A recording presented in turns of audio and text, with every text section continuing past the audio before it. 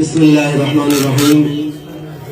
قال النبي صلى الله عليه وآله وسلم: من تقرب فيه بخصلة من الخير كان كمن أدى فريضة فيما سواه، ومن أدى فيه فريضة كان كمن أدى 70 فريضة فيما سواه، وهو شهر الصبر، والصبر ثوابه الجنة، وشهر المواساة، وشهر يزداد فيه رزق المؤمن.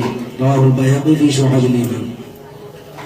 قال النبي صلى الله عليه وسلم: النبي صلى الله عليه وسلم ইরশাদ করেছেন, মান তাকাররুবা ফীহি বিখাসলাতিন মিনাল খায়রি কানা কামান আদ্দা ফারিদাতান ফীমা সিওয়াহু। পবিত্র রমজান মাসে যে বান্দা নফল আদায় করবে, নফল ইবাদত করবে, তাকে ফরজের সওয়াব দেওয়া হবে। ওমান আদ্দা ফীহি ফারিদাতান কামান কানা আদ্দা 70 ফারিদাতান ফীমা সিওয়াহু। পবিত্র রমজান মাসে যে ব্যক্তি একটি ফরজ ইবাদত করবে, তাকে 70টি ফরজ আদায়ের সওয়াব দেওয়া হবে। وهو شهر الصبر، আর এই রমজান মাস হলো ধৈর্যশীলতার মাস। والصبر ثوابه الجنة, ধৈর্যশীলতার বিনিময় হলো জান্নাত। وشهر المواساة, এই মাস তথা পবিত্র রমজান মাস হলো বৈষম্য দূর করার মাস, সমতার মাস, সাম্যের মাস।